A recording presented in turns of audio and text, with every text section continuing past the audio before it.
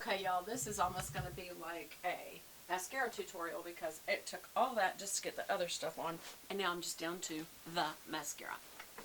Okay, and I do like this. This is the L'Oreal Air Volume.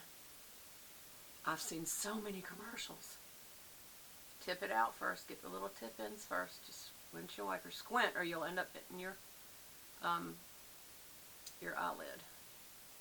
Get all the way out to the edges. And get a lot of product on the very end. Here, that's products. Sucking through the little filter that, like a little washer, I think. Alright, now I'm going to really just hit that one. Alright, so I start from the outside. You can wiggle if you want. I like to go much slower than that to make sure I got good coverage on all those little ones. And I'm coming up here. And coming up here. And coming up here.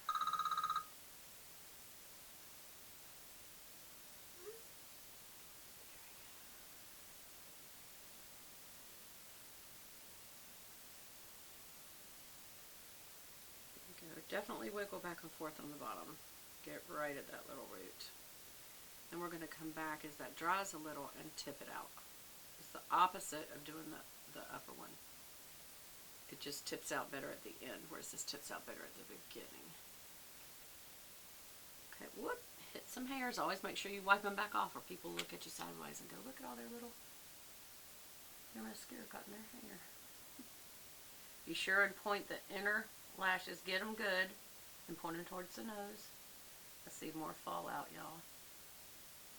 I always have a tough time getting that one hair, and it's so nice and long. I want to get it. It's really difficult to get it. I don't know why. Okay, so now I'm going to come through, get these little hairs back. That's why it's always best to really do your makeup right when you get out of the shower and you've got your hair put up in a towel. So it doesn't, you know, get in your face while you're doing this. I do this because I'm on camera and my hair is already done. Well, I have done one before where I have a towel on my head. I look back and I'm like, oh my gosh, I was just very trusting of the world to see me with a towel on my head. There we go. There we go. Go, go, go, go, go. Tip that out again. It just doesn't want to do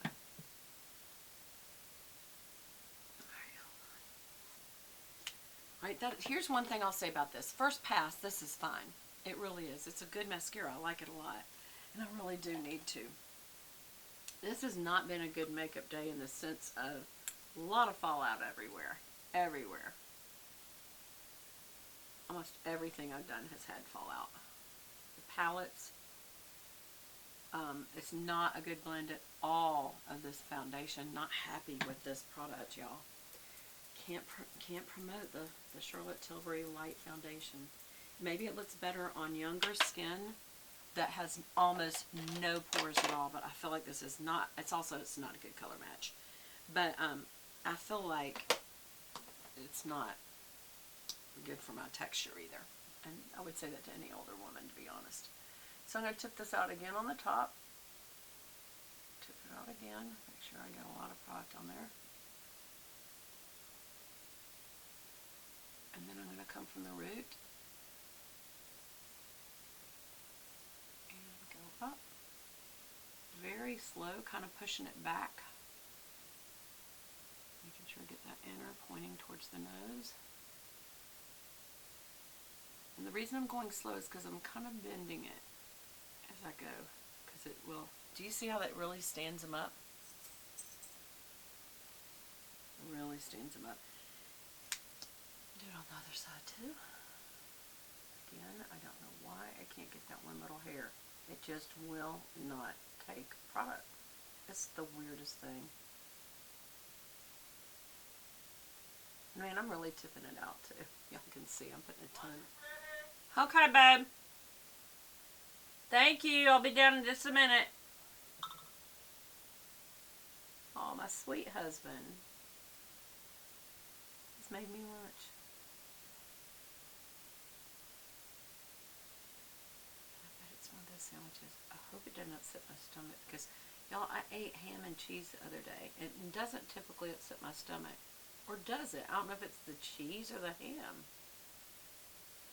Okay, notice again, I'm going very slow, kind of bending it backwards so I don't hit right in my crease. It just will not take color right on those little hairs. It just goops up instead of takes color.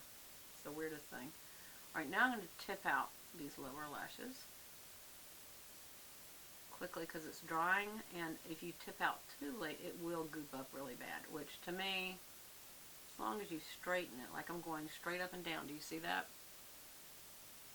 I don't even mind it if it's a little goopy.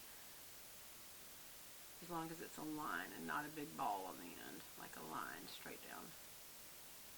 See, that's a ball on the end. I don't want that, like that. I want it even from the root all the way down. I'm just tipping it out. One last.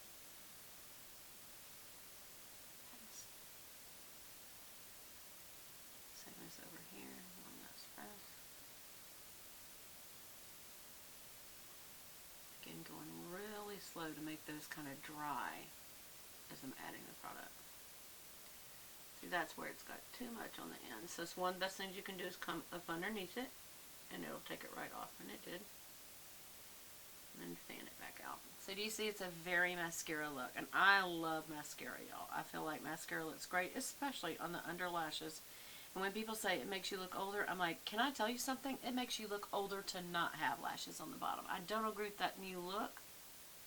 And younger girls can do it because they're younger, but older girls, you lose the look. It makes you look lighter around the eyes, which makes you look older. So no, we're in disagreement. We can do that, can't we, ladies? All right, y'all. I think that's it for the day. Did I run over? I did not. This is my final look. Oh, wait. I didn't do any blush. I got to do some blush. Which blush should I use? How about my faithful Sigma Beauty Blush Palette? Love this. I'm just going to put on the lightest pink right there. Let me get a blush brush. My old faithful from Sigma Beauty. I'm just going to dot it on while I smile right there. And on the bridge of the nose. And on the ball of the chin right there. And I'm going to kind of do that below as well. And I'm going to go up a little bit because I want to blend that out a little bit. And it blends right into that brown that we did for the bronzer.